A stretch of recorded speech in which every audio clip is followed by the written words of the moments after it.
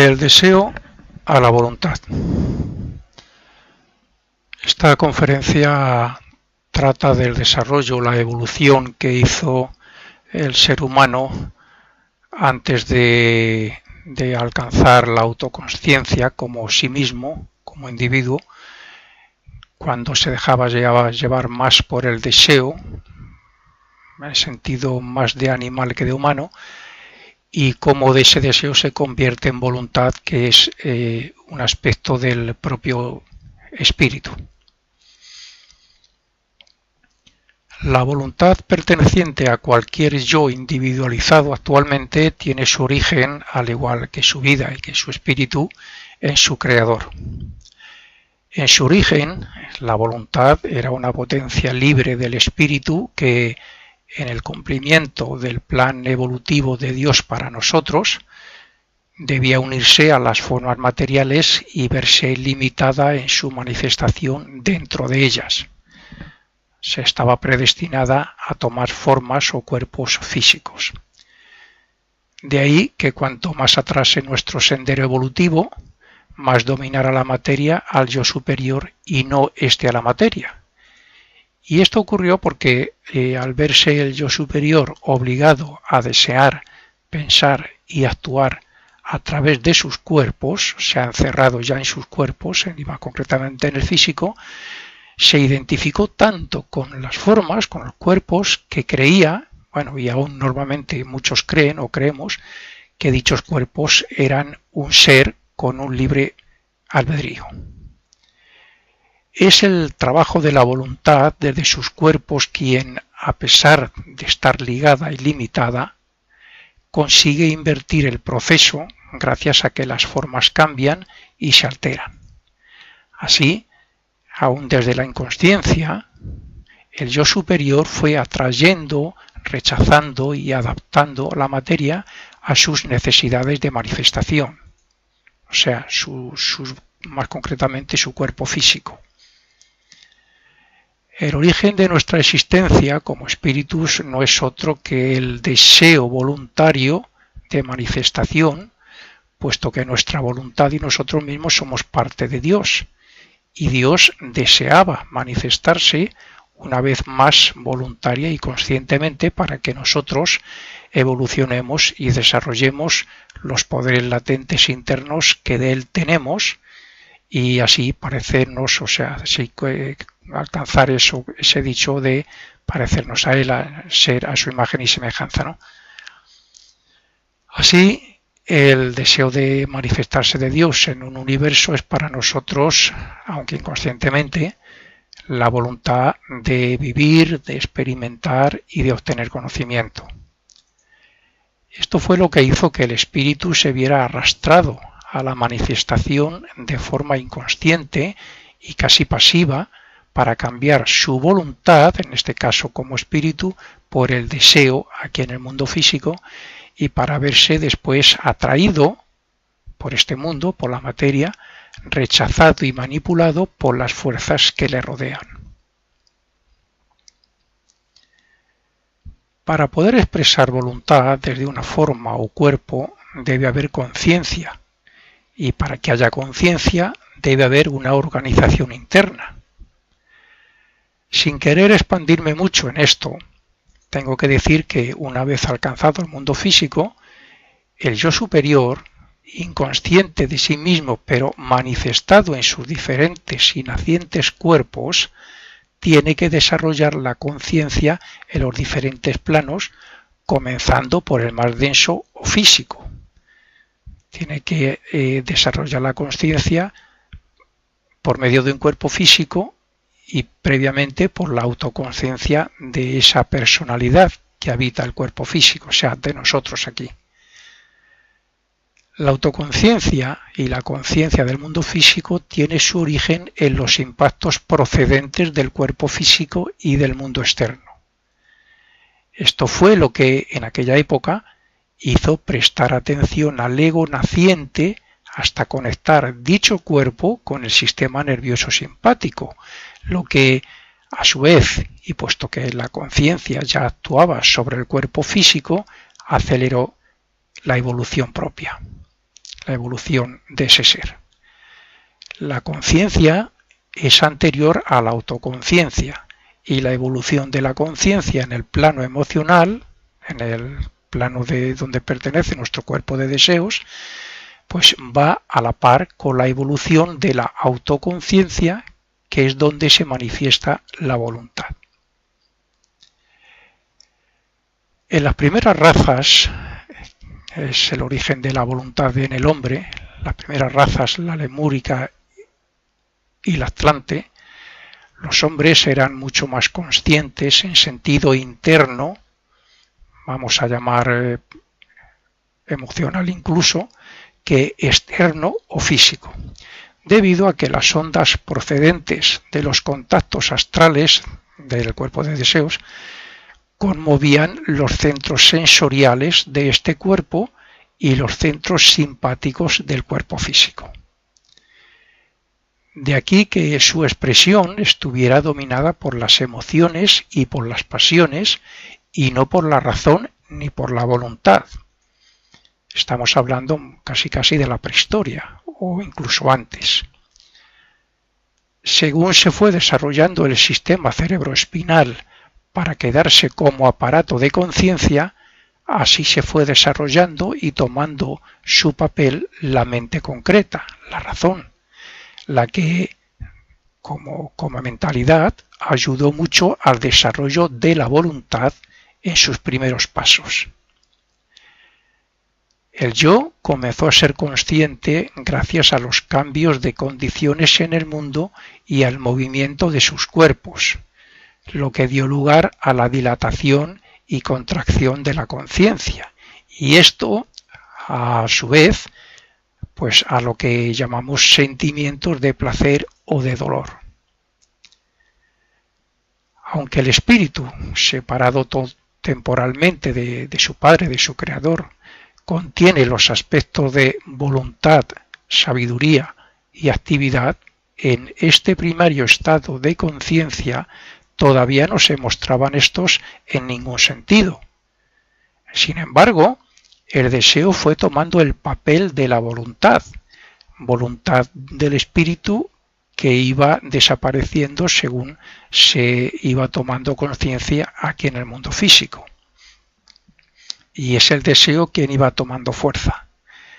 Es a partir de ese estado donde comenzamos a experimentar las sensaciones de placer y de dolor por la atracción y repulsión de lo que nos rodeaba, como he dicho antes, creo, pues es entonces por lo que se desarrollaría la conciencia y cómo la memoria de todo esto, o sea, los recuerdos de objetos y hechos atractivos o repulsivos que causaban placer o dolor, pues todo esto crearía el germen de la mente o pensamientos que nos llevarían a una actividad cada vez más racional.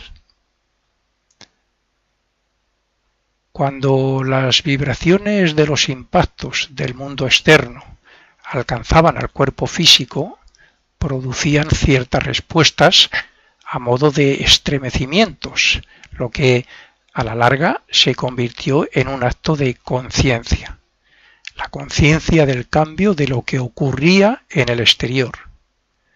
Es decir, los cambios que originaban los sentimientos despertaban en la conciencia la diferenciación entre fuera y dentro. Y aunque lo primero que se percibía era lo externo, de este surgía lo interno como opuesto o como respuesta incluso. Esto dio pie a la toma de conciencia de los contactos entre aquellos individuos mismos. Recordemos que teníamos más la conciencia interna que externa, y estos impactos de nuestra relación con los demás, no siendo todavía perfectamente autoconscientes de nosotros, despertaba la conciencia interna, la despertaba hacia afuera, por estos contactos con esos individuos o hermanos. Es decir, entre el yo y los demás. Estos hechos, junto a la percepción de que los cambios se producen dentro y que las cosas están fuera, fuera, fueron los que facilitaron la autoconciencia. Pero para que haya una transformación de conciencia a autoconciencia, tiene que haber una distinción entre lo que la gente llama comúnmente real y lo imaginario. En aquellos seres, lo que producían cambios de conciencia eran los simples contactos con las cosas, pero esto no significa que las reconocieran. Estoy hablando antes de obtener la razón, la mente, puesto que aún no eran capaces de observar, analizar o discernir consciente y voluntariamente. Es evidente que para que la voluntad se exprese aquí en el mundo físico necesita un medio o vehículo físico, y este no es otro que el cerebro. Cuando una vibración externa es percibida por algún sentido, esta vibración llega al cerebro y alcanza a un grupo de neuronas afectándolas de tal forma que cambia en algún grado su naturaleza. En aquella época, la huella dejada por las vibraciones era retenida por ser algo nuevo y era considerada como una posibilidad de vibrar de nuevo sin necesidad de estímulo hacia el grupo celular. Así, con cada repetición de algún tipo de vibración externo, aumentaba dicha posibilidad de expresión espontánea futura. Pero para que pudiera haber respuestas en aquellos seres, las vibraciones que desde el exterior alcanzaban el cerebro no solo no se podían quedar ahí, sino que, además, debían alcanzar, como así lo hacían, el cuerpo emocional y el futuro cuerpo mental o mente en formación, lo que también producía un cambio de conciencia. O sea, los estímulos no solamente llegaban al cerebro, sino que también alcanzaban el cuerpo de deseos y a ese germen de la mente que ya teníamos, que después se ha desarrollado en lo que hoy llamamos mente o razón. Este cambio de conciencia interno, a su vez, reaccionaba sobre la misma parte del cerebro, constituyendo así la memoria del objeto u hecho causante de las vibraciones. De esta forma podemos comprender cómo en aquellos seres se fue formando la memoria, que a su vez fue la base para que comenzaran a responder impulsivamente al principio y voluntariamente después, todo gracias a los impactos vibracionales que les llegaba desde el exterior. Todo esto, como es obvio, sucedía gracias a los cambios de conciencia que se iban produciendo y que facilitaban cierta expresión de los yoes por medio de la memoria. Resumiendo esto último, diré que las corrientes vibracionales repetitivas de los impactos externos que alcanzaban el cerebro y los cuerpos superiores, o sea, por medio de una inducción, determinaron la percepción, mientras que la salida de dichas vibraciones como respuesta del yo formaron el recuerdo o memoria. Es el desarrollo de la autoconciencia lo que distancia, engrandece y hace cada vez más real al mundo externo, a la vez que nos separamos de él con un sentimiento de yo soy. Por un lado, nos íbamos haciendo conscientes del mundo físico, pero a la misma vez nos separábamos en sentido de que nos veíamos como individuos, que nosotros ya no éramos ese mundo físico, sino una parte que estaba en él. La autoconciencia y la voluntad siguen teniendo su centro en el cerebro, según el entendimiento de muchos. Sin embargo, no es así, porque el cuerpo físico es solamente un vehículo para el yo superior o ego. Si los primeros humanos diferenciaban los objetos de lo imaginario o irreal, creyendo que los objetos eran reales, el ser humano de hoy sigue identificándose entre sí mismo y lo físico, entre sus pensamientos y lo que aparenta ser el mundo físico. De aquí que el hombre se haya identificado con él y diga que el mundo es real y objetivo.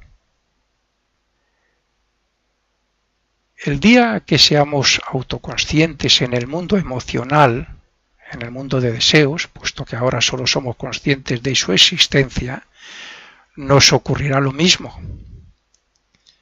Quiero decir que ahora somos conscientes de que tenemos emociones, deseos y sentimientos y nada más, pero que en un futuro seremos capaces de diferenciar, o sea, seremos conscientes entre los deseos y sentimientos que originemos nosotros mismos y los que se produzcan por otros contactos, con la diferencia de que la voluntad será mucho más poderosa, al igual que hoy lo es de lo que era en los primeros humanos.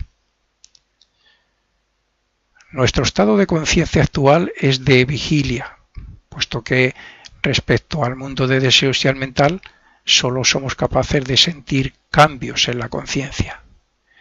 No somos autoconscientes en ellos, pero sí estamos utilizando la voluntad para evolucionar hacia esos estados que ahora llamamos subjetivos, siendo, sin embargo, más objetivos que el mundo físico. Los mundos superiores son más objetivos, son más reales desde el punto de vista de nuestro espíritu, de nuestro yo superior, que lo son para nosotros.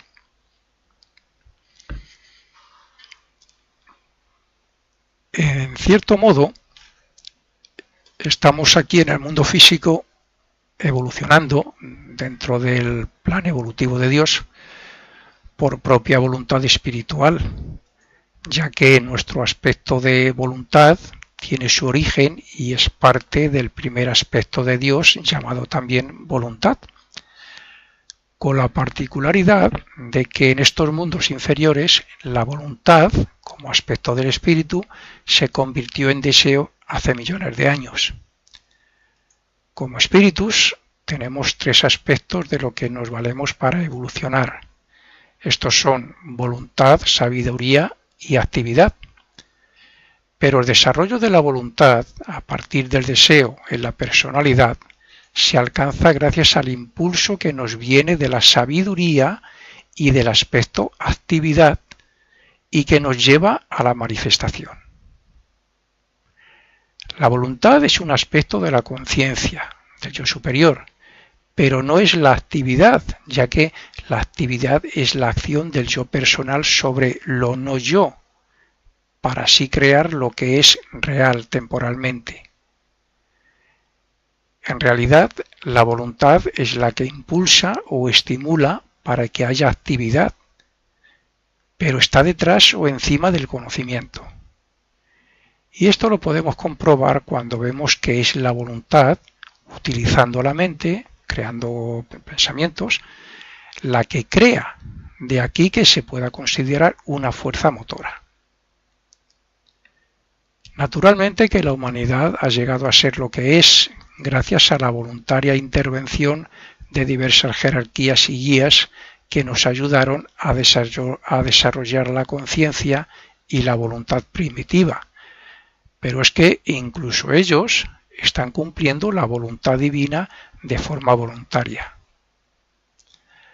Ha sido el progresivo desarrollo de la voluntad de nosotros la que, renacimiento tras renacimiento, ha ido perfeccionando el cuerpo físico y esforzándose por manifestar nuevos y más elevados valores morales, intelectuales y espirituales.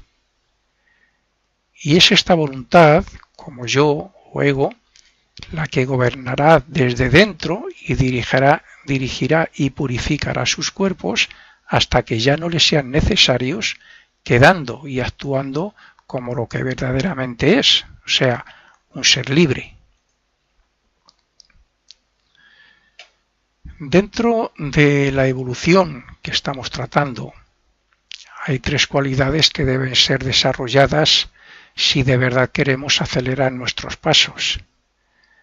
Estas son un fuerte deseo, una clara inteligencia y una firme voluntad. Está claro que la etapa que estamos experimentando ahora todavía tienen gran poder los deseos, las pasiones. Por eso se suele decir que progresa más quien tiene un ardiente deseo. Los deseos, como los hechos físicos, están para experimentarlos y conocerlos, porque es así como se despiertan los poderes latentes superiores. En nuestra naturaleza tiene un papel importante el cuerpo de deseos, y si tenemos ese cuerpo interno es porque Dios ha querido que conozcamos y experimentemos cómo los sentimientos, con las emociones y con el deseo, de aquí que sea un error que una persona sin el suficiente desarrollo espiritual se esfuerce en matar el deseo, como en algunas escuelas se ha dicho. Aunque el deseo ha tomado la representación de la voluntad divina del espíritu, gracias a su conocimiento y su experiencia, obtendremos el desarrollo de la voluntad individual y personal. Los deseos son impulsos que llevan a actuar instintiva e irracionalmente en una etapa, pero que a la larga desarrollan la voluntad y la inteligencia para no dejarnos dominar por los de naturaleza negativa o contrarios a la voluntad divina. Y esto será así hasta que nuestros deseos sean solo los de unirnos con Dios y con nuestro verdadero espíritu, y los de desarrollar los poderes espirituales para utilizarlos en beneficio de los demás.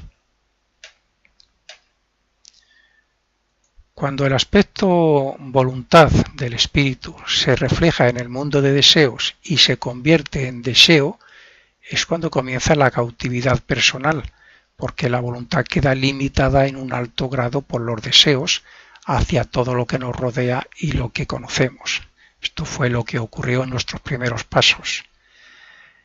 Esta es la diferencia entre la voluntad del espíritu y la personal, aun teniendo un mismo origen como fuerza motora que impulsa la acción del yo sobre el no yo, o sea, sobre lo que nos rodea. Podríamos decir que actuamos con voluntad cuando conscientemente actuamos sin dejarnos dominar por las atracciones y repulsiones o el placer y el dolor, y que actuamos llevados por el deseo cuando es lo contrario. Así es que el deseo es la voluntad camuflada con materia de deseos, reaccionando en la conciencia en forma de sensaciones. Por eso la voluntad crea impulsos motores cuando siente sensaciones de donde surge el deseo. Algunos piensan que es la voluntad la que en su evolución, en su desarrollo, destruye la energía de deseos. Pero no es así, porque lo que hace la voluntad es transformarla en deseos superiores hasta que estos se identifican con el aspecto espiritual de la voluntad divina. La voluntad está por encima siempre de los deseos, de los sentimientos, de las emociones, y la razón sobre ellos los puede transformar hacia lo que podríamos decir deseos o sentimientos más elevados. Todas las reprimendas y amonestaciones que la conciencia nos hace en forma de consejos contra los recuerdos dolorosos del pasado se consideran fuerzas espirituales a disposición de la voluntad del ego. Aún así, es cierto que se cede ante tentaciones que, con la buena voluntad y el discernimiento, se superarán fácilmente, porque está claro que cuando cedemos ante las tentaciones que causan dolor, es porque el recuerdo del dolor pasado no es lo suficientemente fuerte como para ayudar a la voluntad a vencerlo. De aquí que sea necesario repetir esa misma superación de las tentaciones varias veces más hasta que se convierta en fuerza espiritual. Algunos solemos decir que intentamos hacer el bien, pero que tropezamos con el mal y por eso se considera más mal que bien a las tentaciones. Pero si nos fijamos bien, todo termina evolucionando hacia el bien. Es cierto que la débil voluntad se ve dominada por el deseo, pero también lo es que cuando el aspirante espiritual lucha con persistente voluntad contra su naturaleza de deseos, construye un ideal que vence a cualquier negatividad. Naturalmente que esto se consigue gracias al desarrollo de la mente. Esto es, cuando el objeto de tentaciones se atrae al deseo, la mente recuerda otros hechos similares con sus correspondientes dolores o sufrimientos para así cortar el deseo por medio de la razón. Es entonces cuando la voluntad puede transformar dicho deseo. Esta fue la gran guerra interna del pasado y sigue siendo una lucha actualmente para la mayoría de los aspirantes espirituales hasta que la voluntad y la persistencia venzan y transformen los deseos y las emociones negativas del cuerpo de deseos. Cuando la voluntad consciente utiliza correctamente a la mente, ésta utiliza la fuerza del deseo para transformar a los deseos contrarios al desarrollo espiritual. Así, desea y elige objetos que causen felicidad y paz en vez de los que causan dolor y conflicto. Se interesará por los placeres intelectuales y espirituales en vez de los que causan pasión y vicio, y así sucesivamente hasta que las atracciones y deseos superiores se impongan como hábito sobre los inferiores. Es la voluntad la que puede utilizar a la propia fuerza del deseo que esclaviza para liberarse y elevarse a los planos espirituales. Porque cuanto más se libera de los objetos de deseo, más se eleva el yo personal hacia el espíritu, hacia el verdadero yo. Cuanto más utiliza la voluntad personal a la mente para elevarse a los planos abstractos o de sabiduría, más se manifiesta la voluntad del espíritu y más libre es el hombre. Es necesario saber diferenciar el deseo de la voluntad para poder obtener más desarrollo, puesto que el deseo procede de la misma energía que la voluntad. La diferencia está en que el deseo, por lo general, está relacionado con un objeto u hecho externo, mientras que la voluntad procede del interior y es un poder del yo superior. La voluntad nos capacita para dirigir nuestra vida, para cambiar circunstancias, para transformar el carácter, etc. Pero eso no cambia, como ocurre con los deseos, ni siquiera por el hecho de renacer, porque está unida a la voluntad divina. Se pueden desarrollar y transformar los deseos por medio de la mente. Se puede desarrollar el intelecto estudiando y cultivando la atención, la observación, la concentración, etc. Pero todo ello sin voluntad no es nada. La voluntad se desarrolla poniéndola en práctica, y como don especial de Dios en nosotros, hay que procurar que no esté oculta o actuando para satisfacer los deseos y placeres de la personalidad. Si de verdad queremos progresar espiritual e intelectualmente, debemos tener una voluntad firme para controlar la mente y dirigir los pensamientos hacia fines elevados. Sería incluso conveniente que se hicieran prácticas para desarrollar la voluntad, cumplir pequeñas promesas a diario respecto a la forma de hablar o de pensar, o respecto a obligarnos a meditar o a orar. Todas estas cosas siempre fortalecen la voluntad. Cuando intentamos hacer prácticas similares a estas, siempre surgen deseos contrarios que debilitan la voluntad. Pero si analizamos los resultados de los ejercicios o hechos que queremos hacer, la voluntad saldrá victoriosa. Incluso para transformar un deseo negativo es necesaria la fuerza de la voluntad, porque, primero, si es negativo, el solo hecho de pensar en cómo nos puede perjudicar su práctica o consumación ya debería hacer que no lo deseemos. Y segundo, si queremos desear algo que nos beneficie espiritualmente, solo debemos fijar la mente y la imaginación en todo lo que voluntariamente podemos alcanzar. Esto hace que ese deseo positivo sea cada vez más grande y más poderoso, y si recreamos y observamos sus posibles y buenos resultados en nosotros, la voluntad se encargará de que se cumpla. La voluntad se desarrolla llevando a la práctica y obteniendo resultados de todo aquello que nos proponemos, aunque en cierto modo no nos guste. La palabra voluntad se utiliza muchas veces para expresar deseo, y otras, y debido a su intensidad, se le llama querer. De aquí que la voluntad esté tan cerca del deseo. Pero es conveniente hacer algunas distinciones entre los diferentes aspectos de la voluntad. Podemos tener deseos y no tener voluntad de acción, pero no podemos abandonar una acción voluntaria sin un deseo.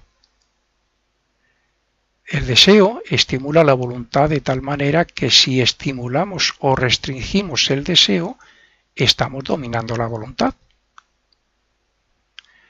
El deseo precede a la voluntad, bien sea consciente o involuntariamente, pero igualmente puede despertar el deseo a la voluntad como la voluntad al deseo. El deseo unido a la voluntad puede llevar a la acción voluntaria de igual forma que la voluntad decisiva lo hace para dirigir o centrar la atención sobre algo que interesa para que surja el deseo. Aún así, para que haya voluntad decisiva, debe haber algún deseo que estimule a la voluntad. También el interés y la atención pueden verse estimulados sin necesidad de voluntad, pero sí puede ésta anular el interés por el objeto u hecho o estimularlo dirigiendo la atención a ello hasta que surja el interés. Observando la relación íntima del deseo con la voluntad respecto a la acción, es importante que cada uno aprenda a estimular o a transformar los deseos. Pero, ¿qué es la voluntad? Por un lado, es el poder que las personas tenemos para escoger entre dos opciones de acción. Y por otro, podríamos decir que está íntimamente relacionada con la autoridad, el mandato, la determinación, la intención o la disposición. La voluntad tiene el poder de influir o dirigir a la mente para que actúe. De hecho, podemos razonar conscientemente gracias a la voluntad, y lo mismo ocurre respecto a las planificaciones e invenciones. A veces deseamos algo, pero comprendemos que no es posible obtenerlo. Entonces es cuando pretendemos alcanzarlo, pero sin fuerza o lucha. Es por tanto necesario que se ponga en actividad la voluntad y la persistencia si hiciera falta. La voluntad se relaciona con la acción, con la particularidad de que nunca estamos falto de voluntad, siempre está a nuestra disposición. Incluso cuando en una emoción hay impulso para su manifestación, significa que hay voluntad en ella. Cualquier persona sabe que antes de pasar a la acción tiene que haber una decisión, excepto los casos impulsivos, por instinto o automáticos, que muchas veces dominan a las personas. Por eso también podríamos tomar a la decisión como un aspecto de la voluntad. Cuando tenemos que seleccionar, admitir o rechazar, o determinar inteligentemente, entre otros hechos, para tomar una decisión, tenemos que hacer uso de la voluntad individual. Sin embargo, esto no es lo frecuente en las personas poco desarrolladas, ya que la voluntad se desarrolla casi a la par que la conciencia y que la razón, que la mente.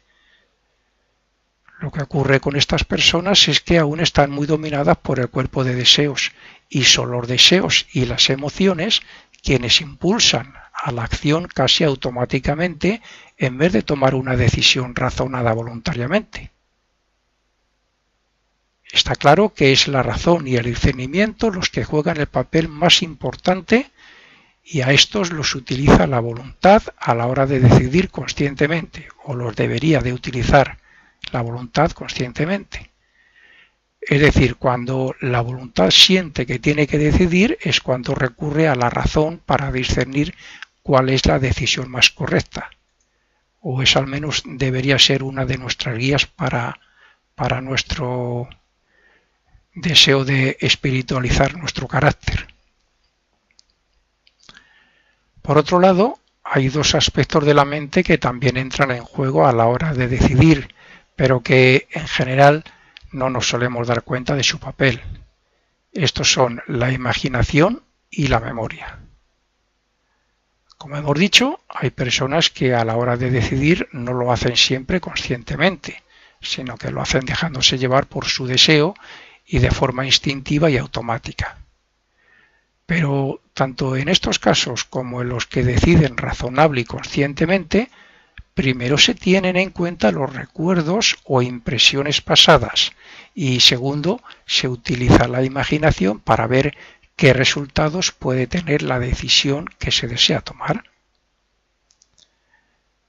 Si todo esto no pasara por el filtro de la conciencia y de la mente, de la razón, es fácil que se actuara según el impulso del deseo. En los casos de aspirantes espirituales, matemáticos y personas de fuerte voluntad, la atención es también muy importante en el momento de admitir, rechazar, decidir, etc., porque convierten la atención en concentración, y esto demuestra el poder de la persona sobre su vida y sobre su destino. Fin de la primera parte.